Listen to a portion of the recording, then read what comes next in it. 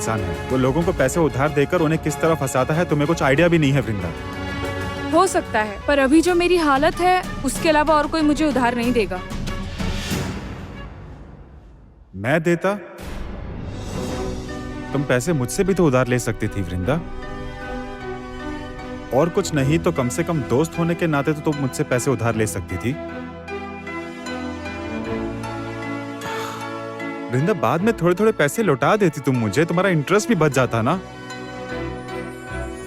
ये पॉसिबल नहीं है। क्यों पॉसिबल नहीं है? इंटरेस्ट के पैसे बचाने के लिए मैं अपना स्वाभिमान नहीं गवा सकती। तुमसे उधार लेने पर लोग तरह तरह की बातें बनाते हैं और तुम इस बात से अनजान नहीं हो अंकुर। अब मुझे ये सब अच्छा नहीं लगता। वृंदा, तुम्हारे अलावा मेरे बारे में कौन क्या सोचता है क्या नहीं सोचता है उससे मुझे कोई फर्क नहीं पड़ता। आंटी आज भी दोयल के साथ तुम्हारी शादी करवाना चाहती है अंकुर। तुम बहुत अच्छी तरह से जानते हो इस वक्त तुमसे पैसे उधार लेने का क्या मतलब है अंकुर। पिछली बार मुझे बहुत सी बातें सुननी पड़ी थी। इनफैक्ट मेरी माँ को भी उस वजह से बहुत अपमानित होना पड़ा। कल ही तो वृंदा ने अंकुर से पैसे उधार लिए हैं। वृंदा से पूछिए ना, आप जैसे अपनी बेटी की शादी करवाना चाहती हैं वैसे ही मैं अपने बेटे की शादी करवाना चाहती हूँ। अरे वृंदा, तुम क्या ये सब सोच रही हो? तुम्हें तो मैंने बताया ना कि अब मैं घर पर नहीं रहता। क्यों नहीं रहते? क्यों नहीं रहते अंकुर? मुझे जो कहना था मैंने सब कुछ तुम्हें कह दिया। वापस चले जाओ, अपने परिवार के साथ रहो। क्यों मेस में रह के खुद को तकलीफ दे रहे हो तुम?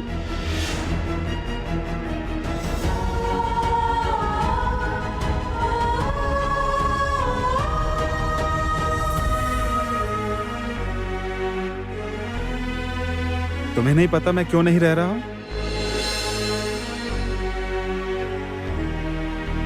तुम नहीं जानती कि तुम्हारे अलावा मैं किसी और की परवाह नहीं करता? गलती कर रहे हो अंकुर। आंटी तुम्हारी माँ और मैं एक मिडिल क्लास परिवार की बेटी हूँ अंकुर। मुझे समाज के साथ ही चलना होगा। तुम जिन चीजों को बहुत आसान समझते हो मेरे लिए सब कुछ आसान नहीं है।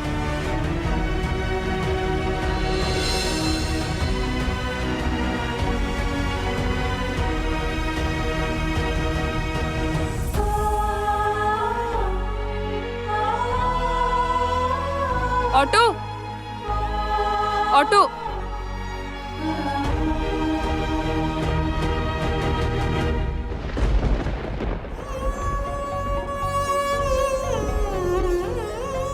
सबसे पहले तुम मेरी दोस्त हो और मैं जानता हूं मेरी दोस्त के लिए उसका आत्मसम्मान कितना जरूरी है। इसलिए तुम्हारे साथ कोई जबरदस्ती नहीं कर सका।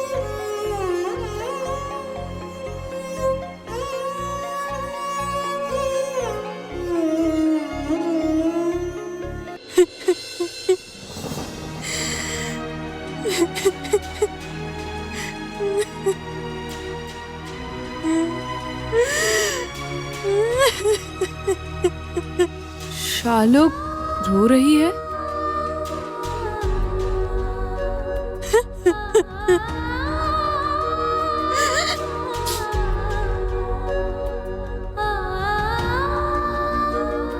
क्या हुआ शालू? रो क्यों रही हो? अब आप मुझसे कुछ मत छुपाइए दीदी, मैं सब जानती हूँ।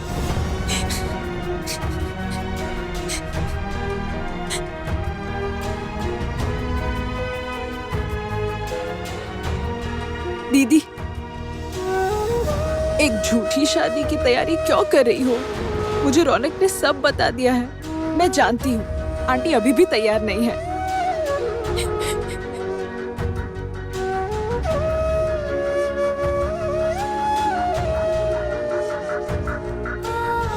मैं तुमसे झूठ नहीं कह रही हूँ शालू।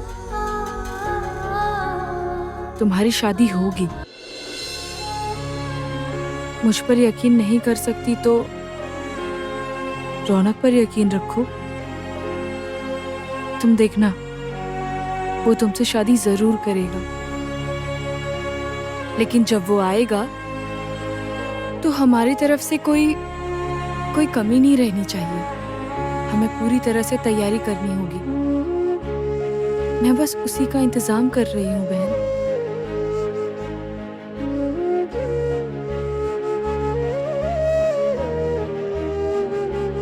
वृंदा, शालुक, तुम लोग यहाँ पर हो? मैं तुम्हें सब कुछ बता देती हूँ। एक गड़बड़ हो गई है। अब क्या गड़बड़ हो गई? भैया आए थे, तुमने तो देखा। उन्होंने कहा विजया शालुक को कुंवारी भोज करवाना चाहती है, वही कहने आया था। माँ, कुंवारी भोज उनके घर पर?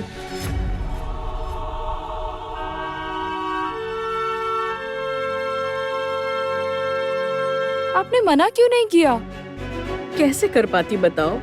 कुंवारी भोज की बात कर रहे थे वो, तो मैं उन्हें मना कैसे करती? बड़े पापा तो इतने दयालु तो नहीं है। जरूर कोई बात है।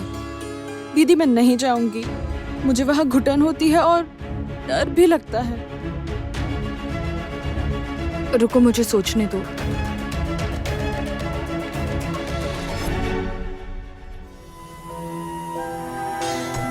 अच्छा सुनो, मैं जो कह रही हूँ वो ध्यान से सुनो, ठीक है?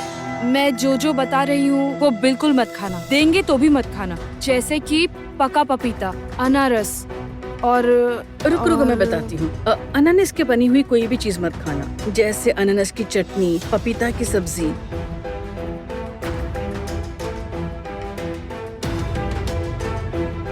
और हाँ, चिंगड़ी तो बिल्कुल भी मत खाना। क्यों? तुम समझ रही हो ना? अच्छा ठीक है, तुम यहाँ बैठो इसके साथ। बहुत सारे काम पड़े, मैं जाती हूँ।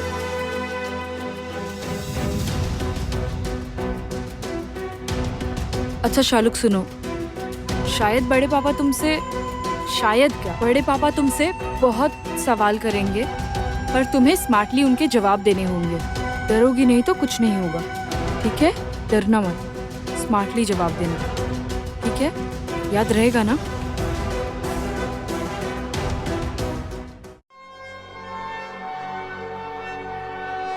बहुत बड़ा तमाशा होगा, आप देखना। तमाशा किए बिना कोई उपाय है क्या? हमें तो कुछ करना ही था, है ना? हाँ तो बहुत हिम्मत बढ़ गई है उनकी। अब शालू को फंसाकर जबरदस्ती उससे बात उगलवानी होगी। सिर्फ बात? हाँ, और भी अगर कुछ हुआ तो वह भी उगलवा लेंगे। अरे वो लड़की बहुत डरपोक है। वो अगर अकेले आई ना तो खुद ही डरी हुई होगी।